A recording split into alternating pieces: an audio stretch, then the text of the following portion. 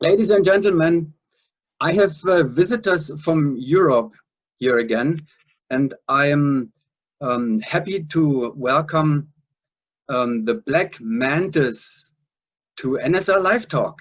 Thanks for taking the time and the opportunity. And you are in Austria, but you are separated. No training, no nothing. Everybody's at home. How about nobody? I don't know.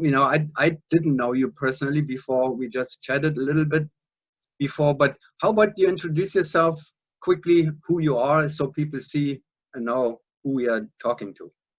Top left, let's begin with Clemens. Hello, my name is Clemens Egger. I live in Vienna. I jump since 2011. I have roughly 1,300 jumps. Most of them are video, either four-way video or tandem video. Thank you. And under Clemens on our screen is Melanie. Hi, I'm Melanie, 30 years old. I'm living in Lower Austria. Started skydiving 2014, and I got about 700 jumps, I think. Mostly of them are team jumps, so I'm just doing team sport all the time and not so much about fun. And next to Melanie is Arthur. Yes, hello, my name is Arthur. I'm living in Vienna. I started skydiving in 2013. So I hope to do my 1000th jump next year. And I also do mainly four-way and FS, as well as in the tunnel. So in the tunnel I have about something over 100 hours now. And yeah, that's my sport. And on the very bottom, last and not least, we have Martin. Okay, hey, I'm Martin. I'm also 30 years old, and I started jumping actually together with Melanie in 2014. I now have 850, 860 jumps, and yeah, I joined the team 3 years ago. So since then, most of my jumps are actually, four-way team jumps. And who is going to tell us the sad news that Michael is not here, and who Michael is actually? We're missing one, actually, Clemens' video, and we are a five-way here, but I'm not a part of the team, so somebody is missing. Michael. So Arthur, who is Michael? Yeah, our tail, Michi, he says hi to everybody, but unfortunately he couldn't make it today. So Michi is our tail since the very beginning. He started also in 2014 and has about the same amount of jumps as we have.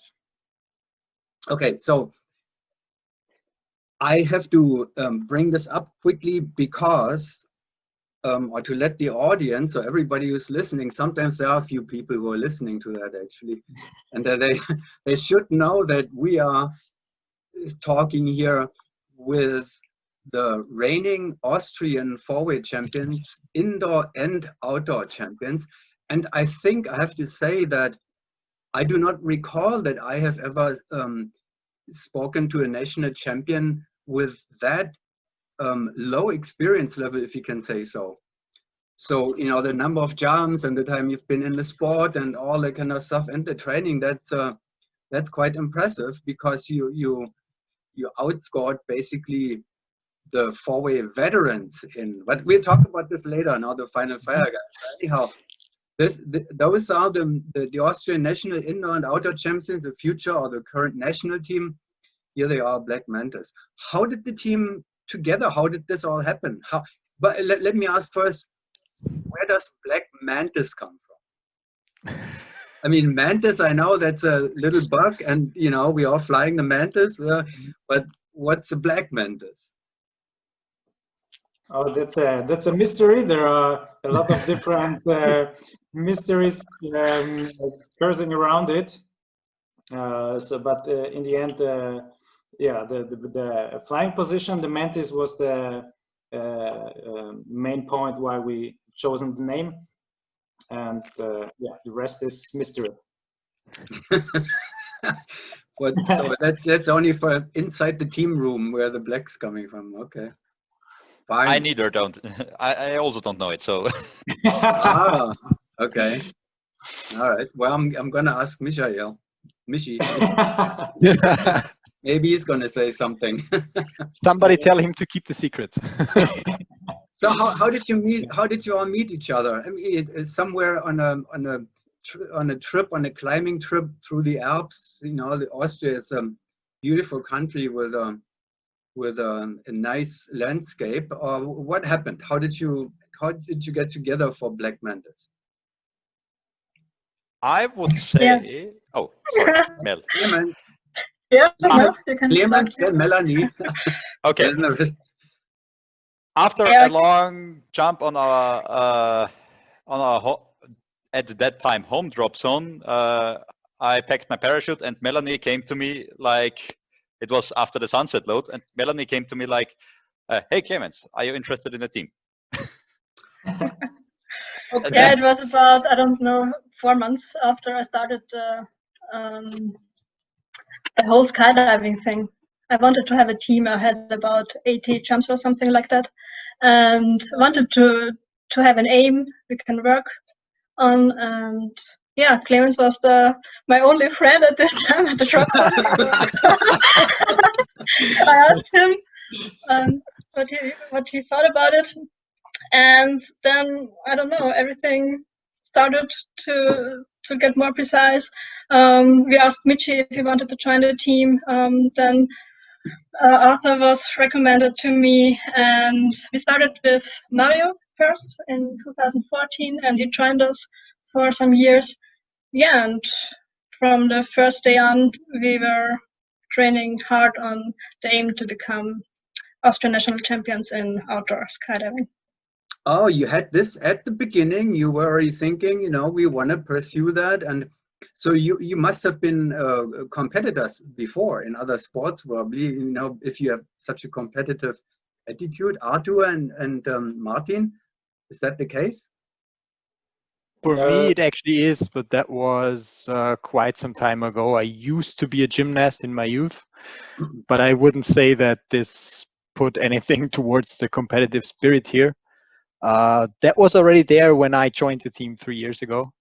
And I was actually quite surprised when I saw a short clip of, I think, the Nationals 2015, an interview with Mel, where she said, yeah, we want to be national champions sometime.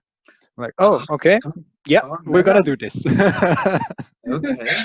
Yeah, exactly. People were laughing back at that time, but I guess we proved our point. And for me, before I did skydiving, I've been fencing for 8 years.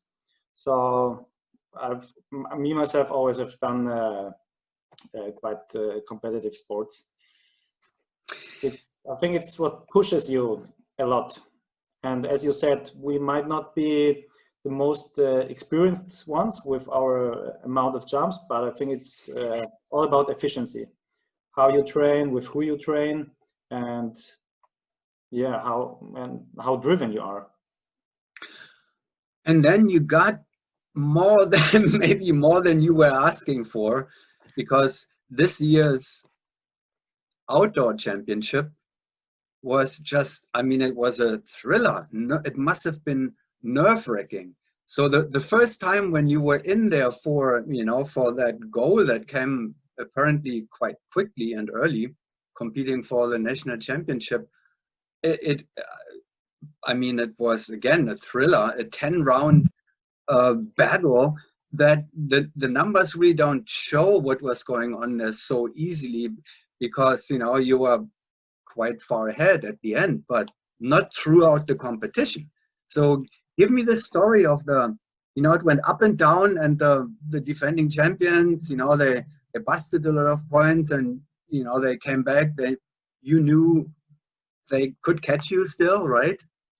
So somebody give us the exciting story of the nationals. How many jumps was it each day, and what was, you know, the score in between and so forth? I think it must have been exciting.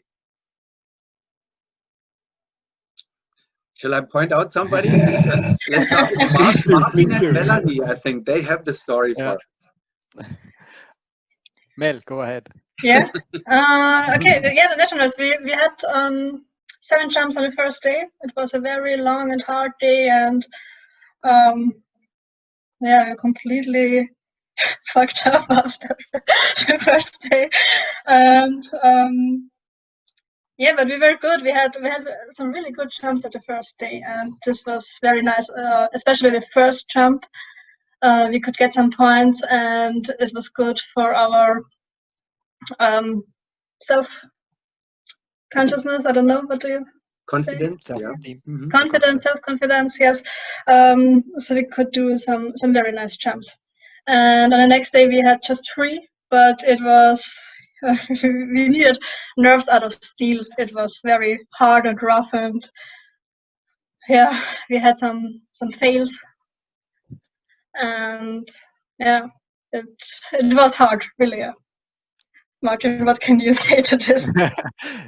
I remember last year when I think after round 1 or 2, we were close to Final Fire, and it felt like, hey, we're chasing them, and then they basically got ahead of us and they got away. And this year we came to the competition with, maybe we can do this. And the first jump was awesome. Like when we got down from the first jump, we were all smiling and high-fiving, like, yes, this is what we want to do. And we saw the scores throughout the first day, and we're like, yeah, we can do this, but it's like, it was really hard, at least on my nerves, because now we were being chased and it was really tight, and we knew that Final Fire can easily do 17, 18 if one of their jumps just clicks. And so it was really hard for us, and I think no one really slept between day 1 and 2 because we were all like really high on adrenaline. And first day was awesome. Second day, not so awesome from the jumps, but in the end it still worked out, and that was great. Yeah, and the second day, 3 jumps, 3 rounds on the second day. The first one, in the morning went well, obviously, because you won the round again. But then Final Fire began to throw in probably everything that they had, because the last 2 rounds, even after round 9, you were probably wondering, maybe it's not over yet. But you were pretty far ahead by then, even though they won round 9 and round 10 clearly. Yeah, after round 9, it was like, we still have an advantage. We can still, like, we have to deliver, but we can do this. We can make it.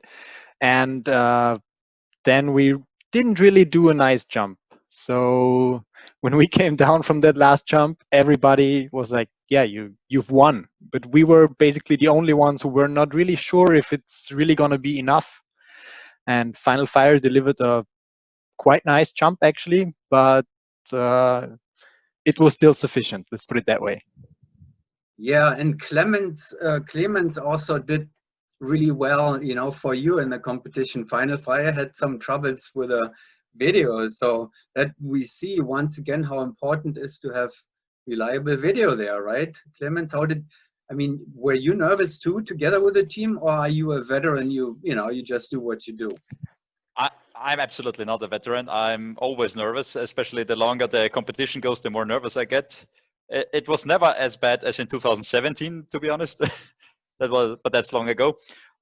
In this year, I became more nervous. But what I found quite nice, if I may put it like that, in this competition was that it was very visible for everyone how important a good videographer is, or how important at least a sufficient videographer is.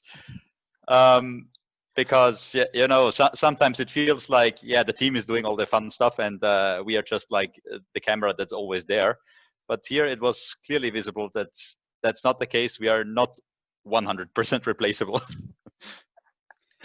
And yeah, but Clemens, you set a really high standard for yourself over the last years. You had like one video bust all year without, or including 0. the training jumps or something. So without training jumps, 0. So you've set a pretty awesome standard for yourself. So yeah. Yeah, but still, when you do the last jump and you lose the left, from the wing, the string, you lose the left string from the wing on jumping off. That's not really cool. Not that's what happened. Because you got 3 video. Was it all video busts in round 10? The 3. No. Don't think no, so. that was no video No. bust. Okay. Wow. So you because I see you had actually three penalties in round 10, but none of that was video. Oh, that's cool. So you lost your string, and you filmed the whole thing still. Yeah, I mean, I have to, and that's not the first time that happened. Well, excellent. So your relationship with Final Fire, you have been, fighting it out with them a few years now, and they have been enjoying this. I guess you have a great relationship with them, and they actually said they would come back possibly next year again with not so many video busts. How do you come in? You just see them? Do you see them at the drop zone too for training? Or no, they don't train. So that's yeah, actually they're at a different drop zone, but Final Fire are so supportive. They've been supporting us from the very beginning. Actually, Tom and Patrick from Final Fire were our first coaches who took us to a wind tunnel. It was in Tatralandia, Slovakia back then, because we hadn't any in Vienna. And so it evolved over the years. Then we started to train with David and Dennis, and now they are still so supportive. Even last year's competitions, they were ruling for us, So even if we didn't win, they were like, don't bother, guys. Next year you will catch us. And so they are. I get the sense that they are very proud as well. So it's not enemies, it's friends. They are great sports. Actually, that they have been on the NSL news a few times, in years ago, and it was always fun with them. It's good sports, good people. And I'm glad that they said they may continue. How did you connect with the Dennis and David? And that was at a time when you had decided, okay, so now we not only that we want to win, we really want to get better. And where do you move from here? That, let me throw something else, and that's a surprise. Did you know, or do you know that that Austria actually has a bronze medal, World Championship bronze medal in the belt? Did you know that you had that? What? No. Yeah. No. When was that? It was in 1987. It was a very similar situation as it is now, because there were 2 teams, Amadeus and what was the other name? The Flugsaurier. That's a great name. And they were both world-class teams. And Amadeus eventually, won the qualification, went to the World Meet in Brazil and won the bronze medals behind France and USA, probably. I don't know. So there's a goal for you. I was hoping that you would know that and said, hey, we're going to be the next, we want to go after medals, at the World Championship. Is that the case?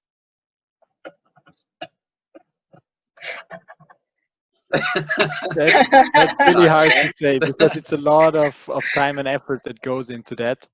Yeah. And it's definitely a goal, but if we're really able to pull all the way there with the same speed that we've been pulling right now, I have no idea, honestly. It's difficult because you're amateurs. Yeah. So there are teams who are training full time and keeping up with them, of course. But the NSL keeps track of the amateur teams. They're amateur world champions and amateur and so forth. So that's a goal for the teams who cannot train full time. And so anyhow, so that was kind of the surprise, because Austria has a successful, and that was with the current system with the dive ball. So there is a bronze medal in Austria somewhere. I think we have to look up who was on this team, because I'm pretty sure they're still around. I mean, Austria's skydiving community is not that big. Yeah, exactly. And having two teams, you know, like they had it by then, competing really for, you know, bronze medals. And here's another extremely interesting thing on my end. This team, Amadeus, there were five. They were rotating through the lineup. So there were five people through the World Championship. You know, they did this, not only in training, not only having, there were five people and they're rotating through it. Pretty impressive. So anyhow, something to think about. Yes, if you can find them, send them my way. We're going to talk with them again. So what does the future bring? You're the indoor and outdoor champions. We don't know yet, you know, what kind of events we're going to have, but do you have anything on your, do you have a rough plan yet for what's coming? Who's the speaker? Does everybody go back to Mel when Mel is the captain, of course. Yeah, there are some aims for the next year. It depends on which competition can start and what is possible. But yeah, we will have some news in a few weeks or something like that. Our Black Mantis family will get a bit bigger. We will have a fifth member, as you already told us now, Amadeus did. So we will have a very interesting future, I think. Okay, I'm losing my audio here again a little bit. That happened before. But you hear me well still, and do you hear each other well? Yep. Okay, good. So it's still there. Oh well, Yep. that is okay. So that is in 2 weeks, you said. We will get news. Yeah, in a few weeks, I think. Okay. Be prepared. Be nervous. All right. Well, you know, now at least we know that this is happening. Who is it's going to be and all that we'll find out later then. But that is so interesting, especially after just talking about the Amadeus team, you know, with five fully trained competitors in it. And next That just shows you how fast we can react on this. I am very impressed. I called him in the meantime. Oh, you had already some information that that you didn't tell before, that you knew that already. But no, you were honestly surprised about the Austrian history news. Okay, well that is fantastic. So then let's keep it for that. Let's connect again in 2 weeks, or maybe later in 2 weeks. You know, we will get the news, and then hopefully we'll be able to connect with the new member, you know, here on the same platform, and then maybe even with an Amadeus guy. Let's see if we can find them. Yeah. Yeah, I can only give, you know, I can only tell you it was in '87, and you know, and that they went to Brazil. So I do not have more details. Mhm. I would have to find, it's probably somewhere in Germany in my sister's attic, because there was no computer and stuff. So I would have to look up paperwork. But you will find out. I have no doubt. We can ask the Austrian Aero Club. Mhm. They that might would, actually have some records from way back when. that would be fantastic. Okay, I'll let you go, and I can't wait to reconnect in a few weeks with the breaking news from Austria. Thank you very much for taking the time. The Austrian indoor and outdoor champions and national team Black Mantis. That sounds so serious when you say it. Sometimes I try to be serious. You know, Yeah. I like to have fun with all this too, but then at some point I have to pretend I'm a journalist. You know. Yeah. Okay. And Thanks you again for organizing and for having us. Thank you very much. Yeah, And thank you. Yeah, for thank all you. your Thank you. hard work and all your effort to put into the sport. So It's Thank you. amazing. Good luck with everything. Thank you. Thanks. Yeah. See you. Bye. Goodbye. Okay. Bye. Bye bye. Bye to Austria.